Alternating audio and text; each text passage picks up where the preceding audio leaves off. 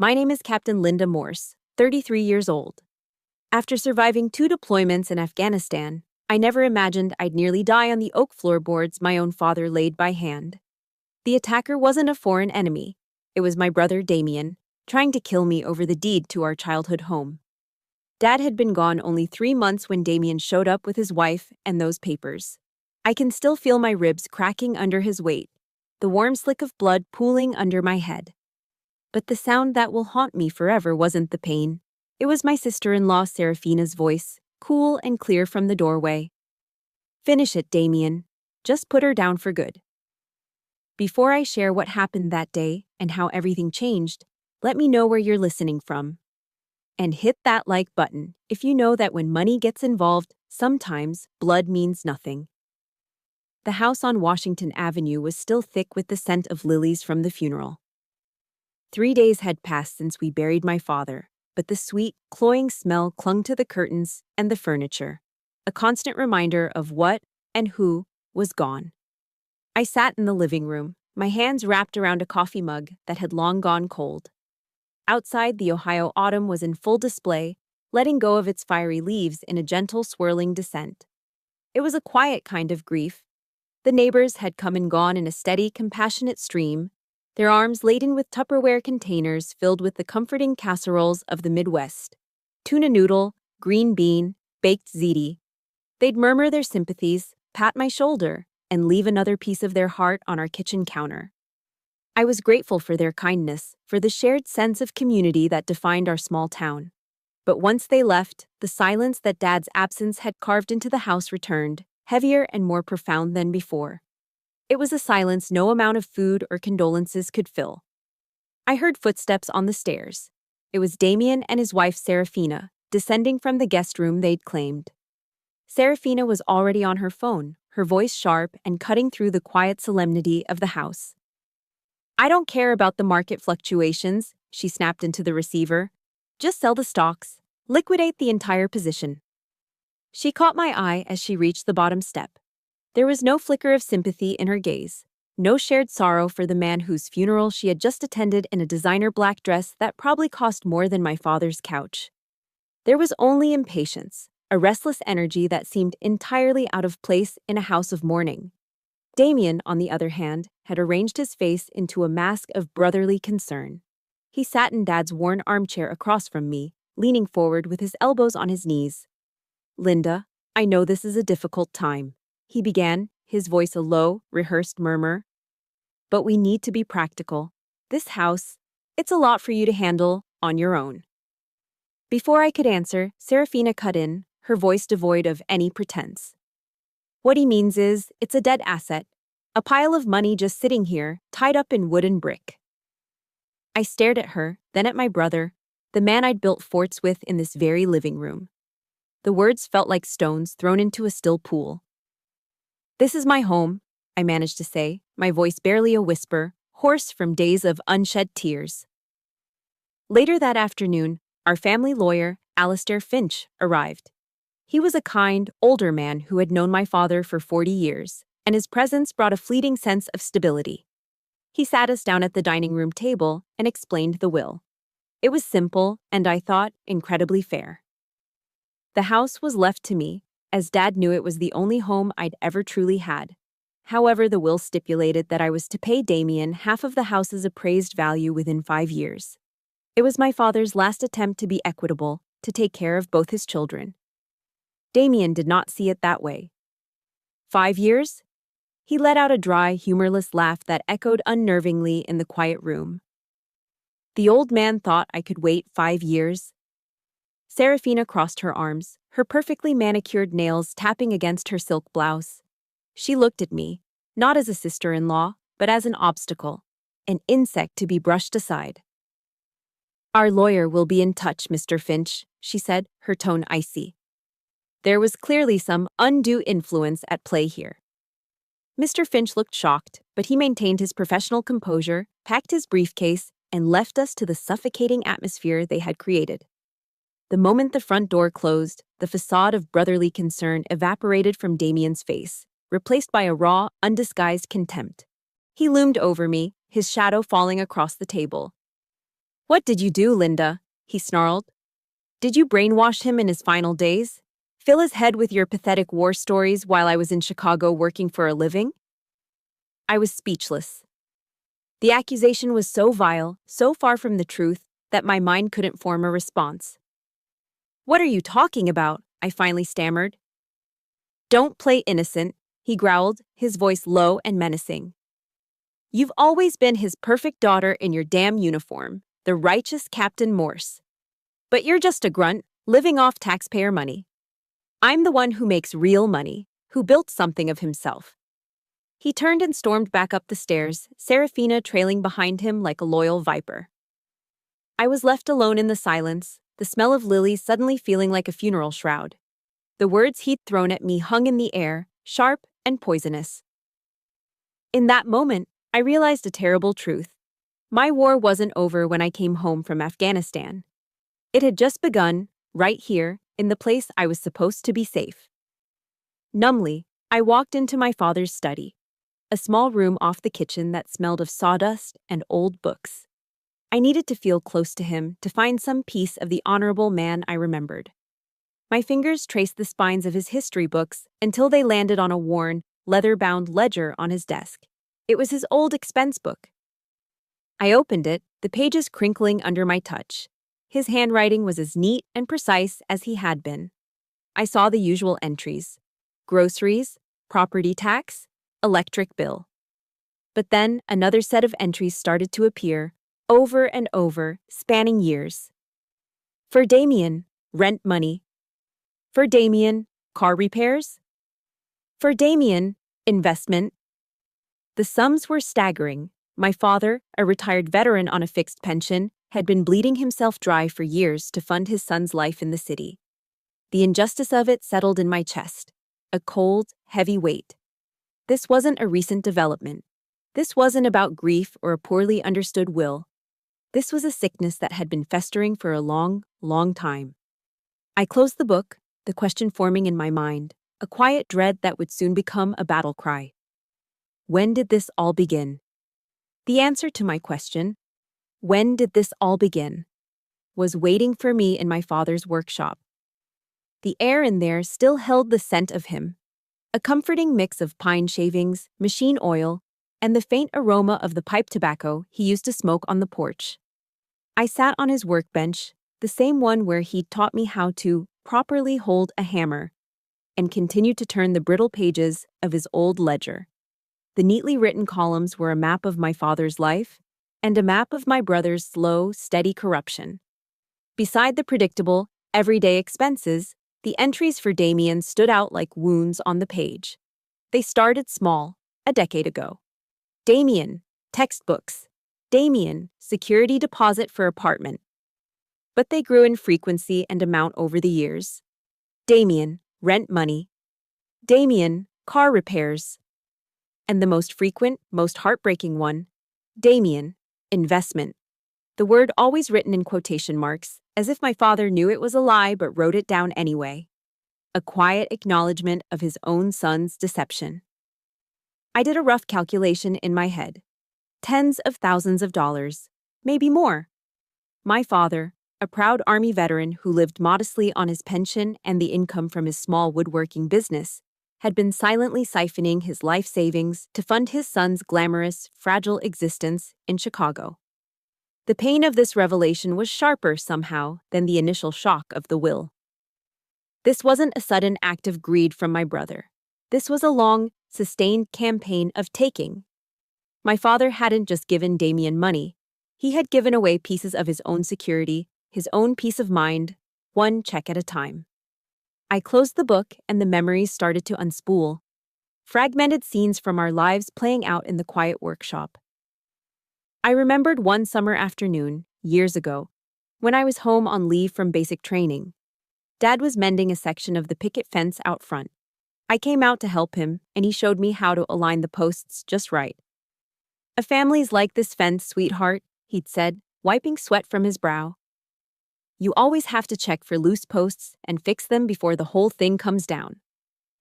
I realized now, with a hollow ache in my chest, that he had spent years trying to fix his loose post, The divergence, the moment our paths split, was crystal clear in my mind.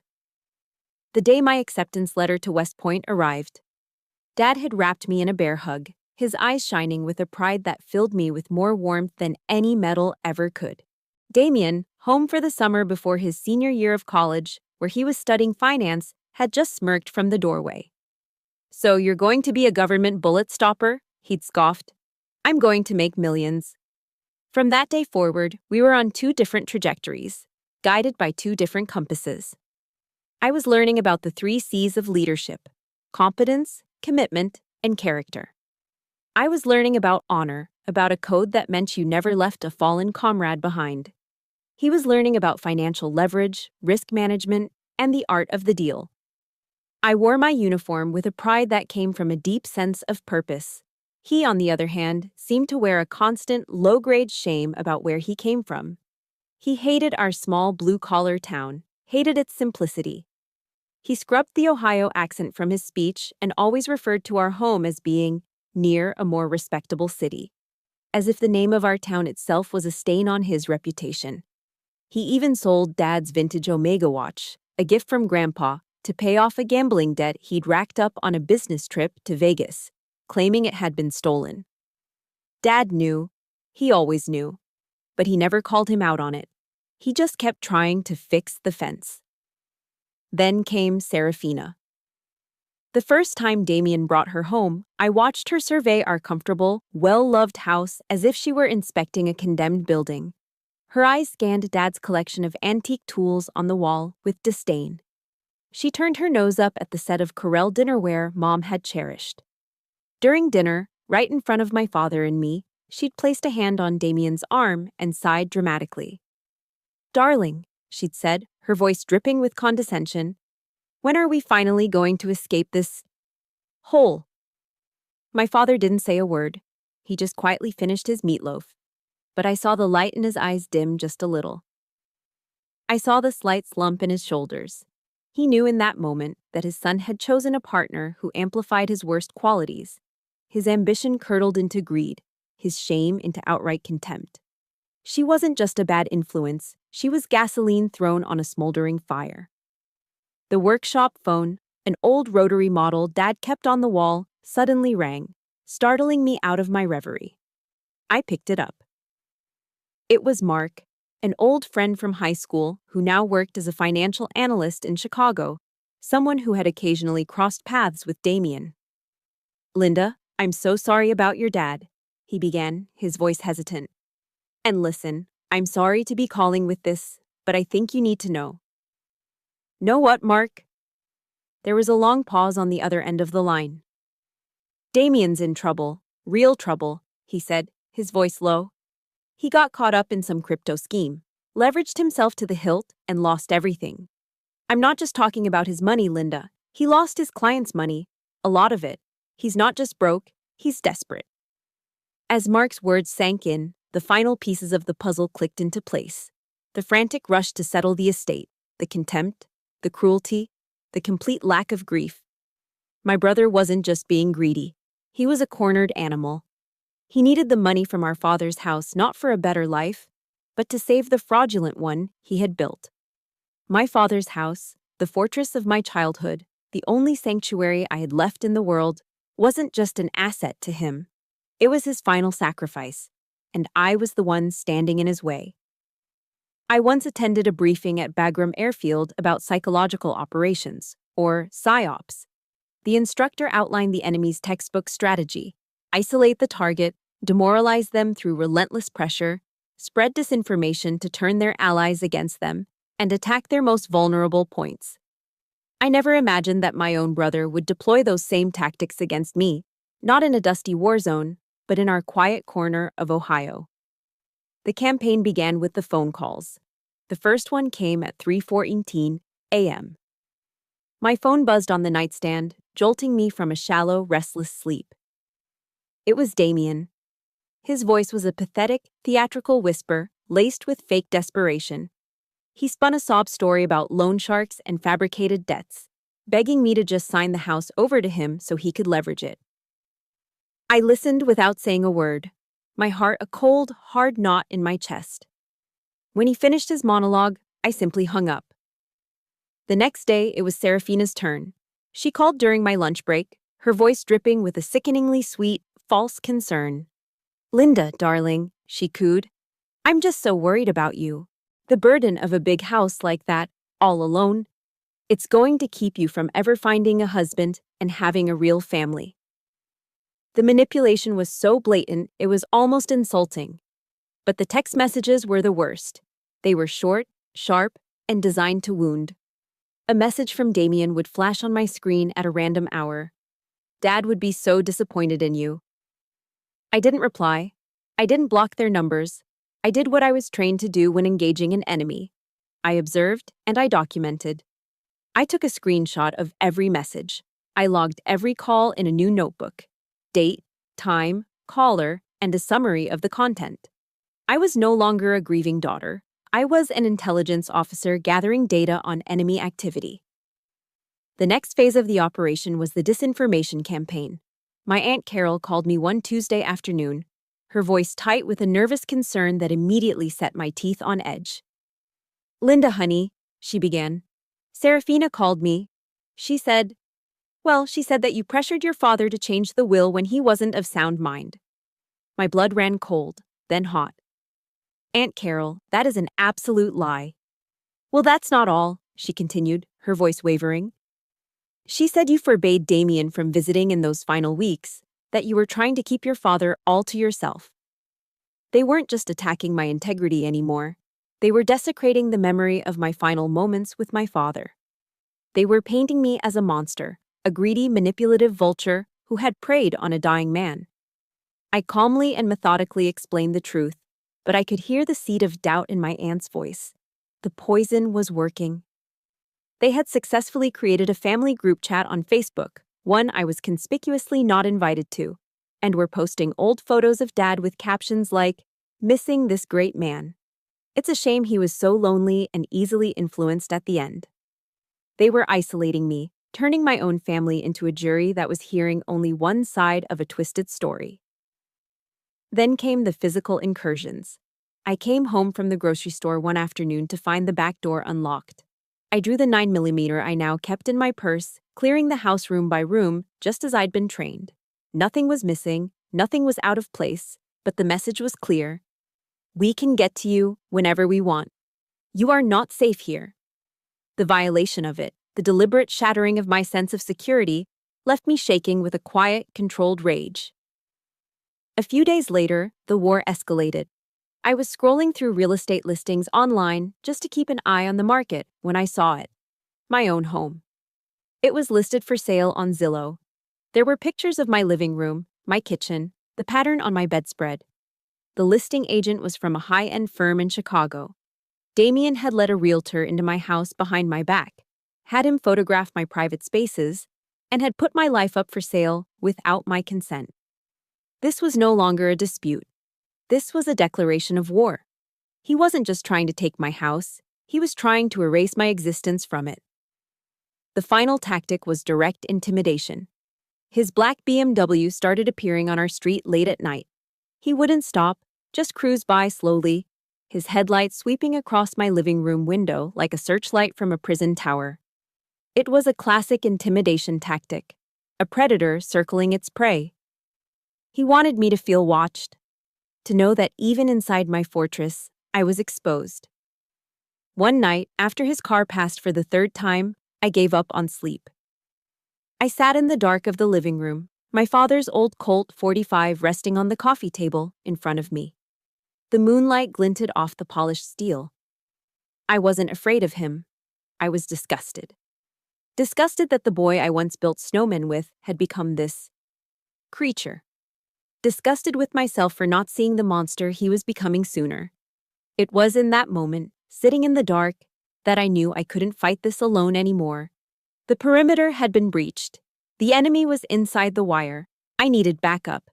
If you've ever had to fight a battle you never asked for, a battle that someone in your own family started, hit that like button to show your support. And in the comments, just type the word honor if you believe that's something worth fighting for.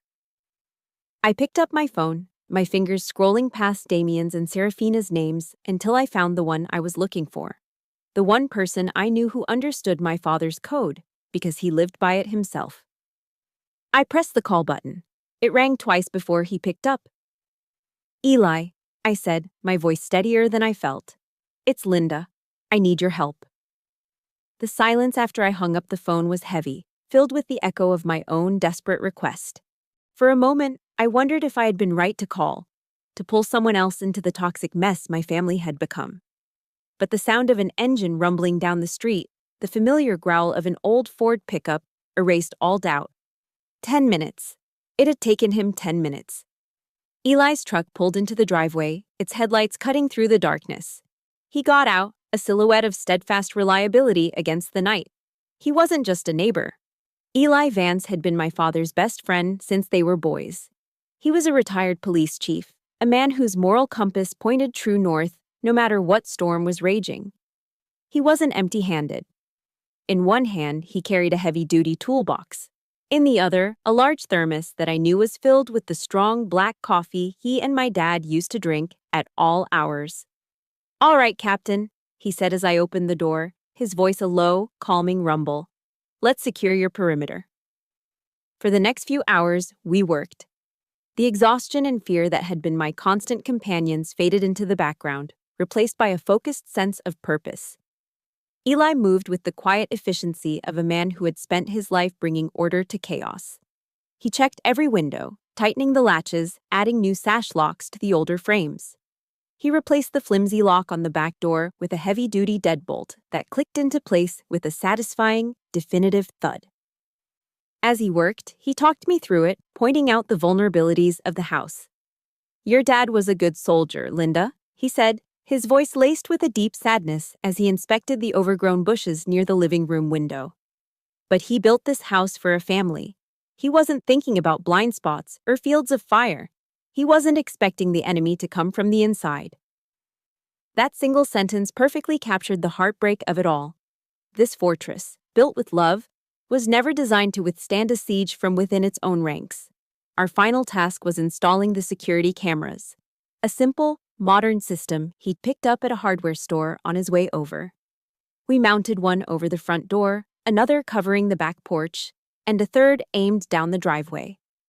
As we connected the final wire and the live feed flickered onto my laptop screen, showing the quiet, empty street under the glow of the streetlights, a profound sense of relief washed over me. It was the first time in weeks I hadn't felt completely exposed. I wasn't fighting alone anymore. The sky was beginning to lighten in the east when Eli finally declared the job done. He went out to his truck and returned with a foil-covered casserole dish. "Martha sent this," he said, placing it on the kitchen table. "She's worried sick about you. Said a soldier can't fight on an empty stomach." He peeled back the foil, revealing a perfectly browned shepherd's pie, steam rising from it in a fragrant cloud. It was the ultimate comfort food, a dish his wife had made for our family countless times over the years, especially after my mom passed. The smell of it, the simple kindness of it, broke through the disciplined armor I'd been wearing for weeks. We sat at the kitchen table, the same table where my father had helped me with my homework, and ate in a comfortable silence. The warmth of the food spread through me, and suddenly, I was crying. Not loud, hysterical sobs, but silent, hot tears that streamed down my face. I was crying for my father, for my broken family, for the sheer exhaustion of it all. But mostly, I was crying out of gratitude for the man sitting across from me, who represented a decency and loyalty I thought had vanished from my world. Eli didn't say anything. He just let me cry.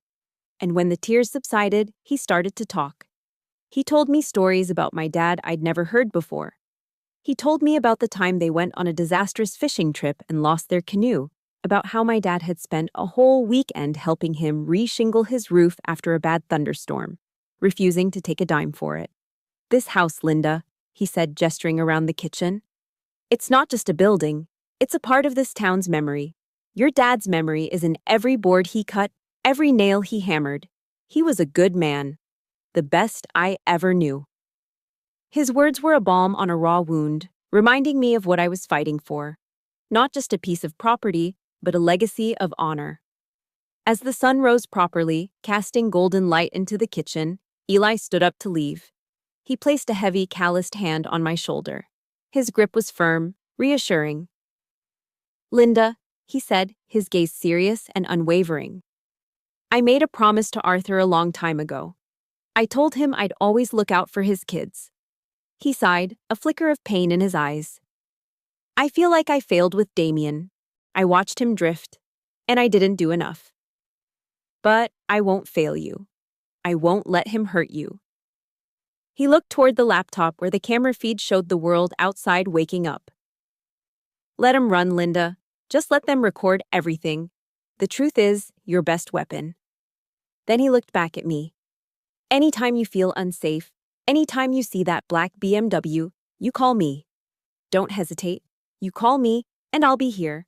I'm your quick reaction force now." That promise, made by an old cop in my father's kitchen, felt more real, more binding than any tie of blood that had been so viciously severed. The battle wasn't over. But now, I had an ally. And for the first time in a long time, I had hope. A week of relative silence passed after Eli helped me fortify the house. The late-night drive-bys stopped. The harassing phone calls ceased. A small, foolish part of me began to hope that maybe, just maybe, they had realized they were pushing too hard and had backed off. It was a fragile hope, the kind you're almost afraid to acknowledge for fear of jinxing it. Then, on a Friday afternoon, my phone rang. It was Damian. His voice was completely different from the last time we'd spoken. The snarling contempt was gone, replaced by a tone that sounded eerily like the brother I used to know. Subdued, hesitant, almost remorseful. "Linda," he said quietly, "I've been doing a lot of thinking. This has all gone way too far." I held my breath, my heart giving a painful lurch. Can we meet, talk this out, just the two of us, at Rosie's Diner, like we used to?" Rosie's Diner. The name alone was a strategic strike against my defenses. It was the backdrop to 100 happy childhood memories, the place Dad would take us for chocolate milkshakes after a Little League win or pancakes on a Saturday morning. The thought of meeting there, of talking like old times, was a powerful lure. Against every rational instinct, against the cold, hard data I'd been collecting for weeks, that tiny, treacherous flicker of hope inside me flared. What if he was telling the truth? What if my brother was still in there somewhere? "Okay, Damian," I said, my voice tight. "I'll be there at 6. The moment I walked into Rosie's, I knew I had made a catastrophic mistake. The familiar smell of sizzling bacon and brewing coffee filled the air. But the scene in the corner booth was all wrong. Damian was there, yes, but he wasn't alone. Serafina sat beside him, a plastic smile plastered on her face, her eyes gleaming with a look of pure, unadulterated triumph. It was an ambush. My training screamed at me to turn around and walk out, but I was frozen, caught in the crossfire of curious glances from people I'd known my whole life. Mr. Henderson, my old history teacher, was in the next booth. Rosie herself was watching from behind the counter, a concerned frown on her face. To leave now would be to create even more of a scene. Trapped, I slowly walked over and slid into the vinyl seat opposite them. Before I could even speak, Serafina launched her performance. She leaned forward, placing her hands on the table, her voice pitched just loud enough to carry, a perfect imitation of deep, heartfelt concern. "Linda, honey, I'm so glad you came," she began, her voice dripping with fake sympathy. "Damian and I have been so worried. We know you're going through so much. The intense stress of your military career, and then the terrible shock of losing your father." She let her voice trail off, shaking her head sadly. Sometimes trauma can make a person, well, it can make them act selfishly without even realizing it. I could feel the heat creeping up my neck, my cheeks flushing with a mixture of anger and humiliation. This wasn't a conversation, it was a public tribunal, and I was the one on trial. Every eye in the diner felt like it was on our table. I kept my voice low and even. "Serafina, I have no idea what you're talking about." Damian jumped in, taking his cue perfectly. He raised his voice just a little, ensuring Mr. Henderson could hear every word. "Linda, Just stop being so stubborn. It's okay to admit you need help. You know Dad wasn't in his right mind at the end. You took advantage of him. The accusation, so bald-faced and cruel, hung in the air between us. I felt a wave of dizziness. This couldn't be happening. Not here, not in front of everyone. Serafina leaned in to deliver the final, killing blow. Her smile was gone, replaced by a look of cold pity. Her voice was like the cut of a razor blade. We just want what's rightfully ours, Linda. You can't just hoard that house forever, wallowing in the past. You need the money for proper treatment. She paused for dramatic effect.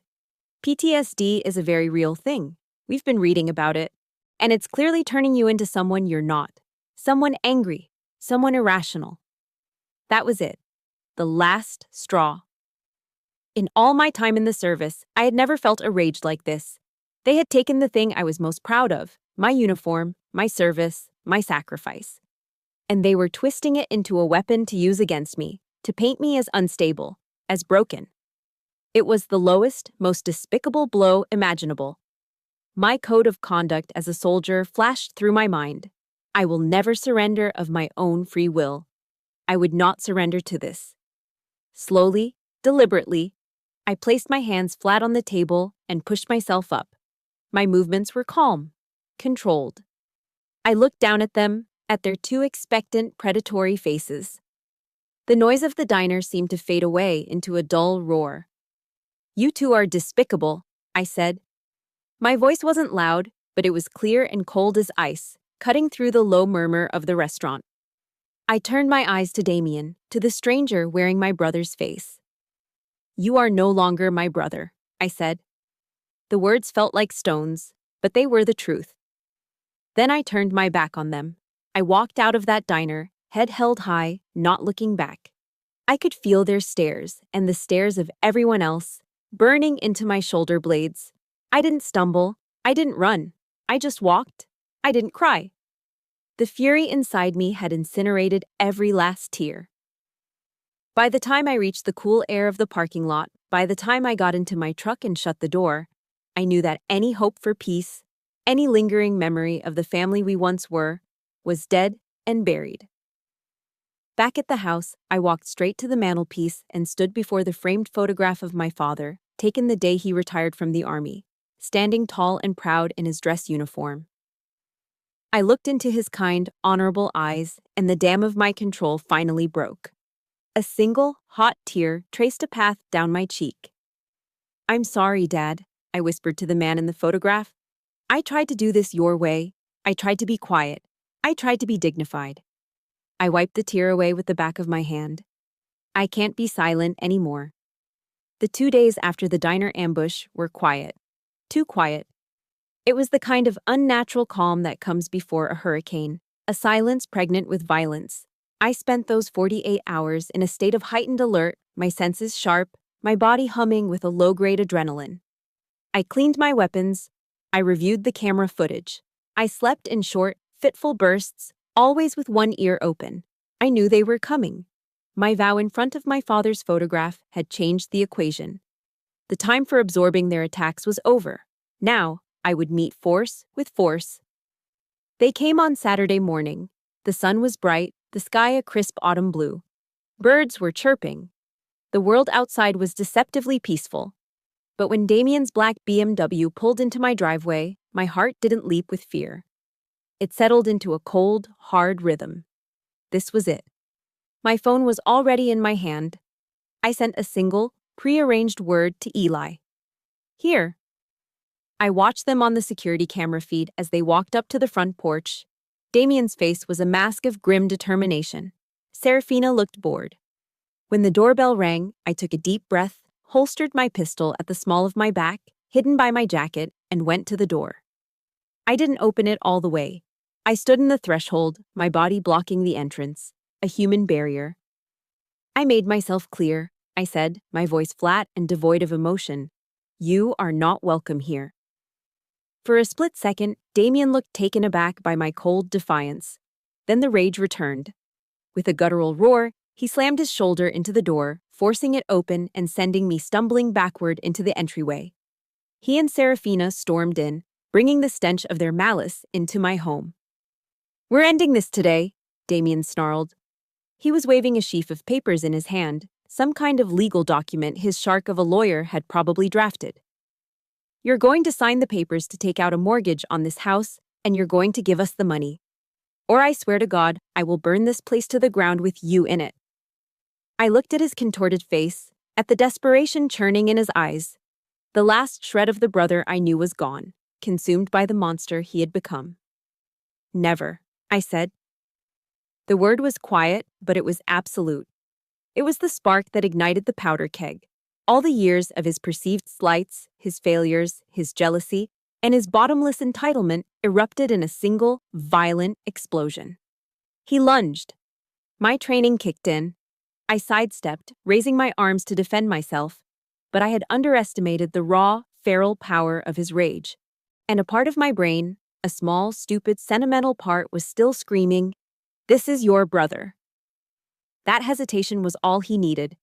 He tackled me around the waist, his momentum carrying us both crashing down onto the hard oak floorboards of the living room. My head hit the floor. Stars exploded behind my eyes. Before I could recover, he was on top of me, his knees pinning my shoulders, his weight crushing the air from my lungs. A fist, the same one that used to throw a baseball with me in the yard, slammed into my jaw. The world tilted, a wave of nausea washing over me.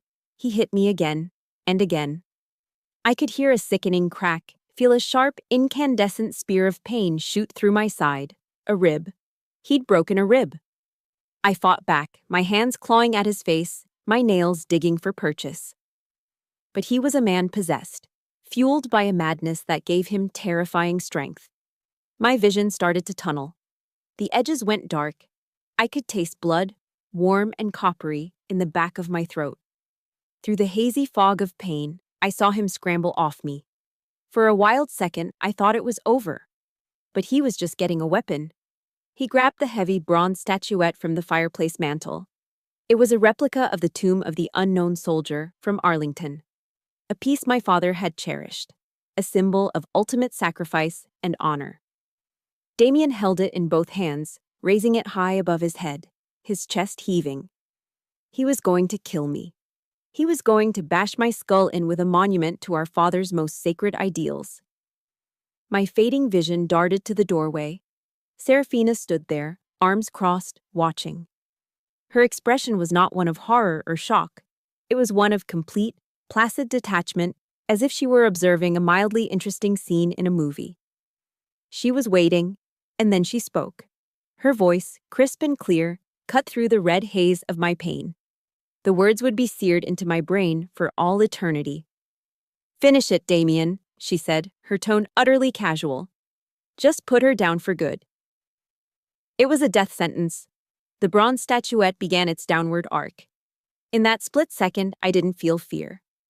My mind went quiet. My soldier's oath echoed in the silence. I will always place the mission first. My mission was to survive. Just as the metal began to descend, the back door burst open with a deafening crash. Eli.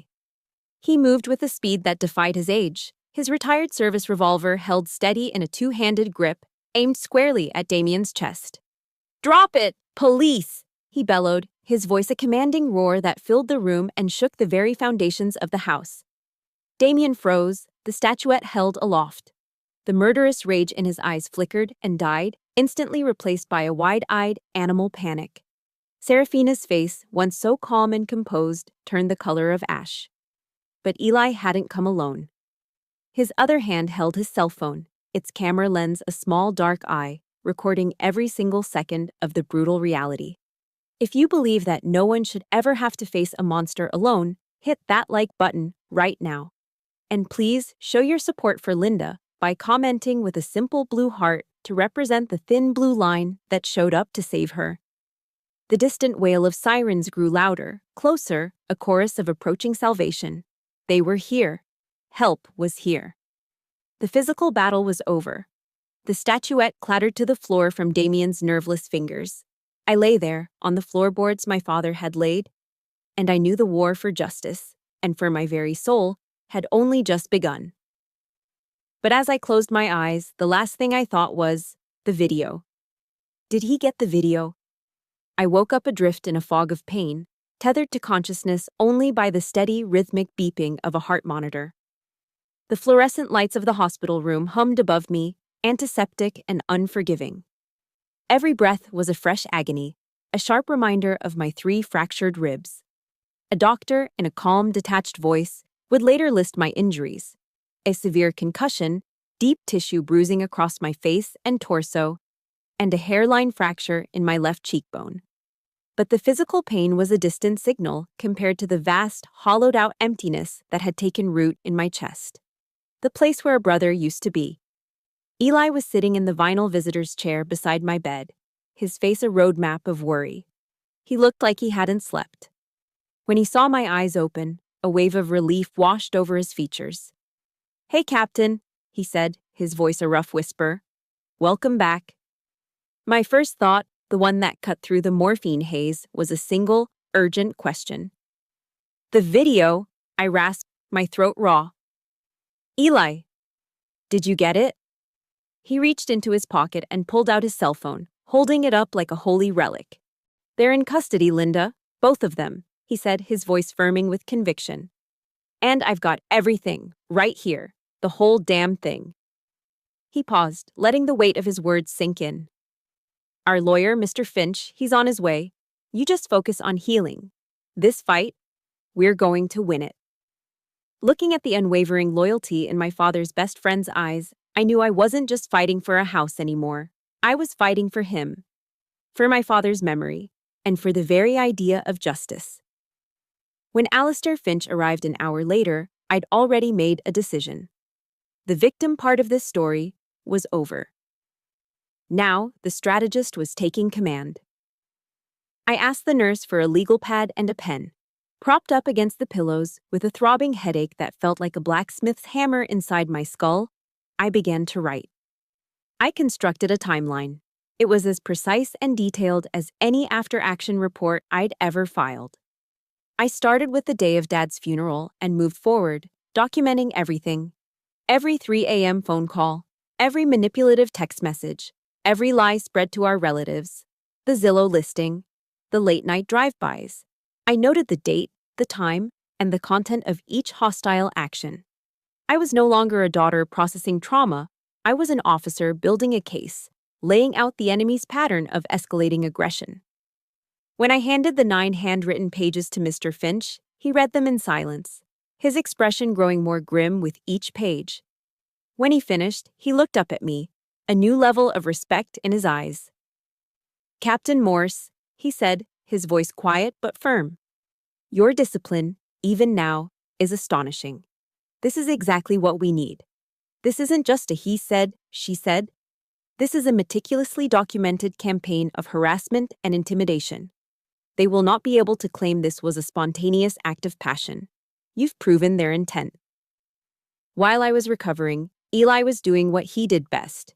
Good, old-fashioned police work. He called in a favor with a retired detective he knew on the Chicago PD, who then put him in touch with my friend Mark. Following the proper legal channels, they subpoenaed Damian's financial records. The truth, when it came, was even uglier than I had imagined. The documents were a testament to a life lived on the edge of a cliff. A mountain of credit card statements, defaulted loans, and devastating losses from a series of reckless crypto and stock market gambles. He hadn't just lost his own money. He had blown through his clients' portfolios. He and Serafina were beyond broke. They were facing total financial and social ruin, and likely criminal charges for fraud. When Mr. Finch presented the file to me in my hospital room a few days later, the motive was laid bare. "This is the story we will tell the jury," he explained, his tone clinical. "This was not a family dispute over an inheritance.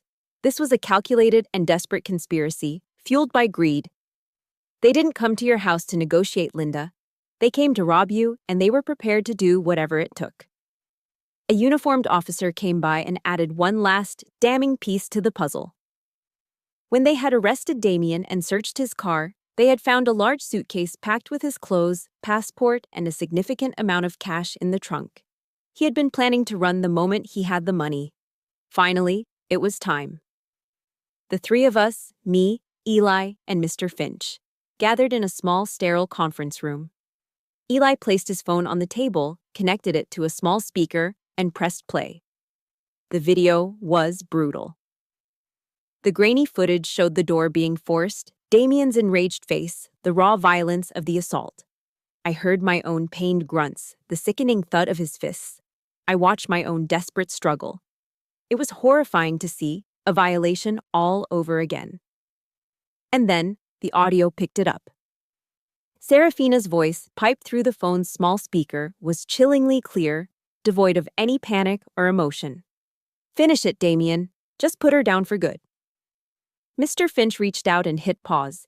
The image of Damian, statuette raised, froze on the screen. The silence in the room was absolute, broken only by the quiet hum of the hospital's ventilation system. He turned to me, his lawyerly composure gone, replaced by a look of profound gravity. "Captain Morse," he said, his voice low but ringing with legal certainty. "This is no longer just evidence of a felonious assault." He met my eyes. "This is irrefutable evidence of conspiracy to commit first-degree murder." In that moment, for the first time, I truly understood the full magnitude of what I had faced. I had survived an execution attempt orchestrated by my own family, and now I held the weapon that would bring them to justice. The battle had just been defined, and I was ready to fight it. The morning of the trial, I didn't choose a suit. I chose my armor. My Army service uniform, the deep blue jacket crisp and perfectly pressed, the ribbons on my chest representing years of dedication, the brass buttons polished to a mirror shine. Walking into the county courthouse felt like stepping onto a different kind of battlefield. This wasn't about winning or losing ground. It was about a fight for the truth itself. My decision was deliberate. I wanted every person in that room, the judge, the jury, the spectators, and most of all, them, to see exactly who they had targeted. They hadn't just attacked a woman in her home. They had conspired to murder a captain in the United States Army. They had attacked the uniform and everything it stood for. They were already at the defendant's table when I walked in with Eli and Mr. Finch. Damian looked like a ghost. He was pale, gaunt, the arrogant swagger he always carried replaced by a hunted look in his eyes. Serafina, stripped of her designer labels and clad in a drab, ill-fitting beige pantsuit, looked small and pathetic. She kept trying to catch my eye, her expression a desperate, calculated performance of remorse. I didn't give her the satisfaction. I looked right through her, as if she were made of glass. In my mind, they had already ceased to exist as my family. Today, they were simply the accused. When it was my turn to take the witness stand, I felt a strange calm settle over me. The bailiff swore me in, and I sat down, my back straight, my hands resting calmly in my lap. As the prosecutor began his questions, I remembered my oath of enlistment, the promise to support and defend the Constitution against all enemies, foreign and domestic. I realized then that sometimes the most dangerous enemies are the domestic ones, the ones who share your blood. Defending the truth today was its own form of defending my country's ideals. I did not tell my story as a victim. I did not cry. I presented the facts with the same methodical clarity I would use in a mission briefing. I walked the jury through the timeline I had created in my hospital bed. The prosecutor displayed the screenshots of the threatening text messages on a large screen for the court to see. The audio logs of the harassing phone calls were played, Serafina's saccharine voice filling the room, followed by Damian's desperate pleading. I detailed their psychological warfare campaign, step by step, my voice never wavering. On cross-examination, Damian's lawyer tried to use my service against me. "Captain Morse," he began, his tone slick with fake sympathy, "is it not true that soldiers returning from combat zones often suffer from post-traumatic stress disorder? That it can lead to heightened aggression, paranoia, even memory loss?" He was trying to paint me as an unstable, violent veteran, the aggressor in my own home. I didn't look at him. I turned my body slightly and looked directly at the 12 men and women in the jury box. My service in the United States Army taught me how to face danger with courage and discipline, I said, my voice steady and clear. It did not teach me how to create it. I have seen the ugliness of war, sir. And the only scar I brought home from this war wasn't from Afghanistan. I paused, then placed a hand flat over my heart. It's right here. You could have heard a pin drop. But the real turning point, the moment the entire case solidified into a cold, hard certainty, was when the prosecutor played Eli's video. The lights in the courtroom dimmed slightly, and the large screen flickered to life. The shaky, terrifying footage filled the room. The jury saw Damian's face, contorted with rage. They saw him tackle me. They heard the sickening thud of his fists, my own ragged gasps for air. I saw one of the jurors, a grandmotherly woman with kind eyes, bring a hand to her mouth, her other hand clutching her pearls. Another juror, a burly man with a Marine Corps tattoo on his forearm, shook his head slowly, his jaw tight with disgust. The prosecutor let the video play, the raw brutality of it silencing every corner of the room. Then came the climax. The image of Damian raising the bronze statuette, and Serafina's voice emerging from the speakers with a horrifying, digital clarity. Finish it, Damian. Just put her down for good. The prosecutor hit pause, freezing the frame on Serafina's face at that exact moment. It was not the face of a panicked wife caught in a situation beyond her control. It was the face of a calm, detached observer, a predator. He turned to the jury. Ladies and gentlemen, he said, his voice a low, powerful rumble, the defense would have you believe this was a family argument that got out of hand, that Mrs. Morse was in a state of panic. He pointed a finger at the frozen image on the screen. I ask you to look at that face. Does that look like the face of a woman in a panic? The silence that followed was her true conviction. In the gallery, I saw Serafina's mother, a woman who had always treated me with kindness, bow her head and begin to sob quietly into her hands. The performance was over, the lies were dead. The raw, ugly truth had been laid bare for all to see. The jury took less than an hour. When they filed back in, their faces were grim, their duty heavy but their resolve absolute. I watched the foreperson, the woman with the pearls, as she handed the verdict slip to the bailiff. She refused to look at the defendant's table. Guilty. The word echoed in the silent courtroom. Guilty on all counts. Attempted murder, aggravated assault, conspiracy, solicitation. Damian slumped in his chair as if his strings had been cut. Serafina just stared blankly ahead, her mask finally, irrevocably shattered. As the judge read the sentences, long, substantial prison terms for both of them, he took off his glasses and looked directly at them, his voice filled with a cold, righteous anger. You did not just attack a member of your family, he said, his words a final, damning judgment. You desecrated the memory of a decorated veteran, you weaponized the honor of military service, and you defiled the very concept of what a home should be. You are a disgrace. As the bailiffs led them away in handcuffs, I didn't feel joy. I didn't feel triumph. I just felt release. A profound, bone-deep sense of release. The war was over. Justice, finally, had been done. Walking out of the courthouse, I was enveloped in a strange bubble of silence. The media scrum, the well-wishers, the distant clang of the courthouse doors, it all faded into a dull, muffled roar. The adrenaline that had sustained me for months finally drained away, leaving behind a profound, bone-deep exhaustion. The war was over, but the battlefield was still littered with wreckage. As Eli and I made our way towards the parking lot, we came face to face with them. My Aunt Carol, my cousins, a few other relatives who had been in the gallery. They had heard Serafina's poison, and for a time, they had believed it. They stood there now, their faces a mixture of shame, pity, and uncertainty. Aunt Carol opened her mouth to speak, her hand half raised in a hesitant gesture. I didn't say a word. I just stopped and looked at her, at all of them. My gaze wasn't angry or accusatory, it was just clear. In that single silent moment, they saw the truth they had refused to see before, and they saw the chasm that now lay between us. I gave a slight final nod and walked away. The old lines had been erased. New ones would have to be drawn. Stepping across the threshold of my own home later that day was one of the hardest things I've ever done. Eli had arranged for a professional cleaning crew to come through, so the forensic dust and police tape were gone. But the house felt haunted.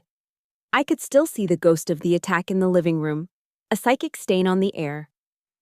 My eyes were drawn to the faint, circular indentation on the oak floor where the bronze statuette had fallen, a small scar on the heart of my home. I stood there for a long time, unable to move, just staring at that spot. Eli stood quietly behind me, giving me the space I needed. "It's not a crime scene anymore, Linda," he finally said, his voice gentle. "It's your home. You have to take it back, inch by inch." He was right, but it felt like an insurmountable task. That night, I couldn't bring myself to sleep in my own bed. I wrapped myself in one of my father's old quilts and slept on the sofa, a sentinel in my own haunted house. A few days later, a miracle happened. Or rather, the Ohio equivalent of one. A convoy of pickup trucks and minivans pulled up outside. Mrs. Rosie from the diner was at the head of the procession, her arms full of paint rollers. Mr. Miller was behind her, carrying 2 large cans of sky blue paint. A dozen other neighbors and townspeople followed, carrying paint trays, brushes, drop cloths, and flats of yellow rose bushes. They didn't make a big speech. They didn't ask a lot of questions. They just got to work. It was a silent, communal act of atonement and support. They were washing the walls and the town's conscience clean. They painted over the living room, covering the scene of the assault in a bright, cheerful blue that felt like a fresh start. Outside, a team of women dug up the trampled flower beds and planted the yellow roses, my father's favorite. It was their way of saying they were sorry for ever doubting me, their way of helping me reclaim my space.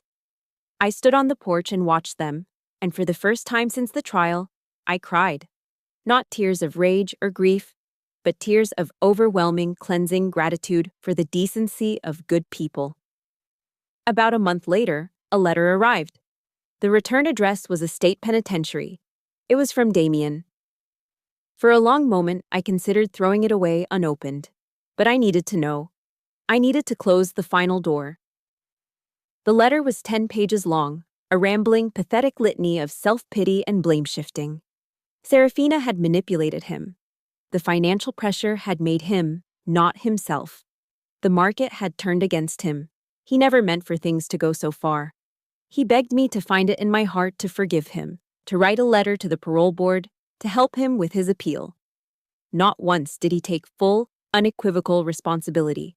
I read every last word, my heart growing colder. When I was done, I walked to the fireplace, struck a match, and held the corner of the first page to the flame. I watched the fire consume his excuses, his lies, his weak and hollow apologies, until all that was left was a pile of gray ash. Forgiveness might be possible someday, in some distant future where the scars had faded. But forgiveness and reconciliation were 2 very different things. My forgiveness would not include a key to my life. That boundary had been drawn in my own blood. The house was clean, but my mind was still cluttered. On the advice of a fellow veteran, I made a call to the local VA and started therapy. My therapist, a wise woman who had seen it all, gave me a book by Viktor Frankl, the Holocaust survivor. I was struck by one of his quotes. "When we are no longer able to change a situation, we are challenged to change ourselves." I couldn't change what Damian had done, but I could change what I did with the aftermath. I started spending my days in my father's workshop. At first, I just sat there, breathing in the familiar scent of sawdust. Then, I started to clean, to organize his tools, feeling the worn wooden handles he had shaped with his own hands. And then slowly, I began to create. I took a rough block of basswood, and with one of my dad's carving knives, I started to whittle. My hands, a soldier's hands trained for combat, felt clumsy at first, but I persisted. I carved a small, simple bird. Then a fox. Then an intricate little box with a fitted lid. The focused, tactile work quieted the noise in my head. The process of taking something rough and shapeless and giving it form and beauty was a kind of therapy that no amount of talking could provide. The workshop, a place that had been just a memory of my father, was transforming. It was becoming a space of creation, of hope, of my own. I was rebuilding not just my home, but my soul, one wood shaving at a time. One afternoon, while clearing out an old locker, I found a small cedar box I'd never seen before. It wasn't locked. I lifted the lid. Inside, nestled on a bed of faded velvet, were my father's military medals and a small stack of letters. One, written on old army stationery, was addressed to me. I unfolded it carefully. His familiar handwriting met my eyes. The letter was short, written just after I had graduated from West Point. The final line hit me with the force of a physical blow. My greatest legacy isn't what I leave behind, Linda, but who you become. My father's letter became my new compass. His words, "My greatest legacy isn't what I leave behind, Linda, but who you become," replayed in my mind, freeing me from the past. For years, I had defined my life by that house, first as a daughter within its walls, and then as its fierce protector. I had defended the fortress. I had reclaimed it. I had cleansed it of its ghosts. But sitting in the sunlit peace of my father's workshop a few years after the trial, surrounded by the smooth, finished wood of my own creations, I finally understood. The house was his legacy, but it wasn't meant to be mine. My role as its guardian was over. To truly become the person he hoped I would be, I needed to build a future of my own making, not just inhabit his. I decided to sell the house. When I told Eli, he was quiet for a long moment, his gaze fixed on the yellow roses that now bloomed riotously along the fence. I thought he would be disappointed, that he would see it as letting go of my father's memory. But then a slow, knowing smile spread across his face. "Arthur would have understood," he said, his voice thick with emotion. "He built this house to be a place of happiness and safety for his family. He would have wanted his daughter to be happy, not to be a prisoner of the past, no matter how beautiful the prison. I didn't sell the house to the highest bidder. I didn't want it to go to some developer who would tear it down, or to a family who saw it only as a collection of bedrooms and bathrooms. I needed to know its spirit would live on. I chose the new owners carefully. They were a young military family, Sergeant Mike Evans, his wife Sarah, and their two small children, a boy and a girl. Mike had just returned from a rough deployment in the Middle East, and he carried the quiet weight of it in his shoulders. They were looking for a place to put down roots, a quiet harbor in a turbulent world. The day they came to see the house, I watched Sarah's eyes as she walked through the front door. I saw them light up with a hopeful warmth. "Oh, Mike," she whispered, her hand finding his. "This place, it feels like a real home." I knew then that I'd made the right choice.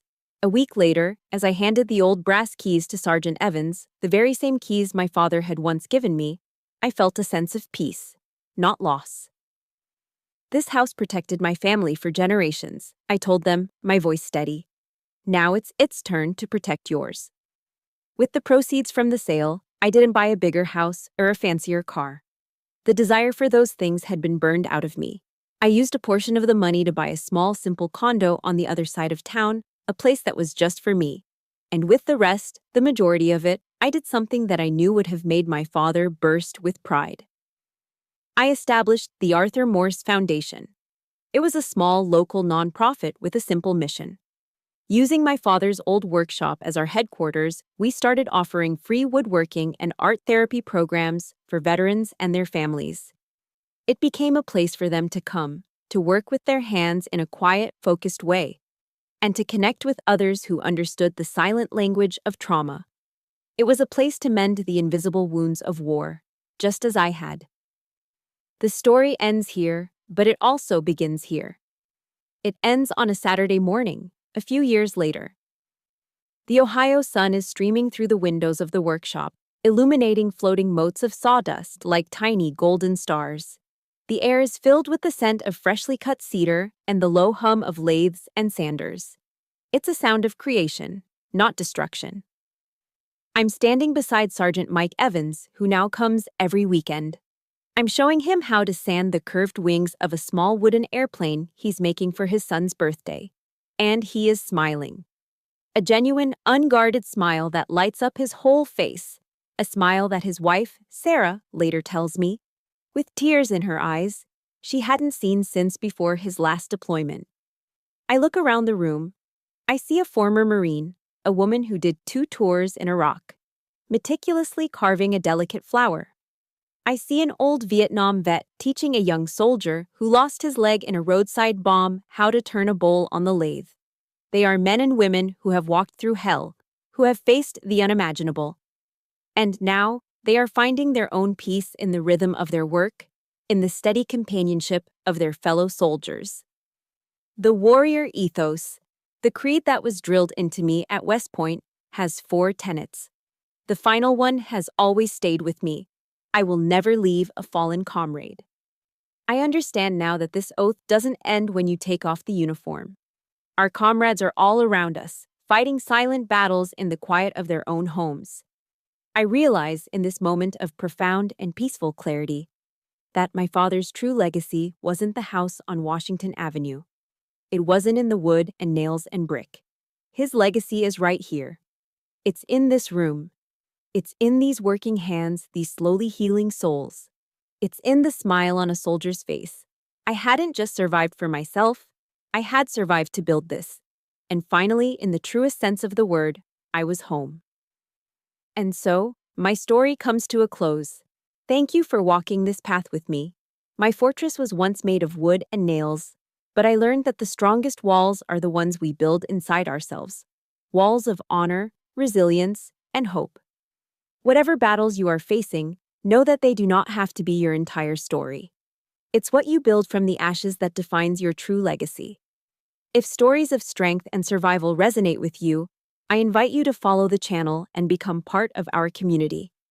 And if you know a fellow soldier who needs to hear that they are not alone, please share this story with them. Thank you for listening.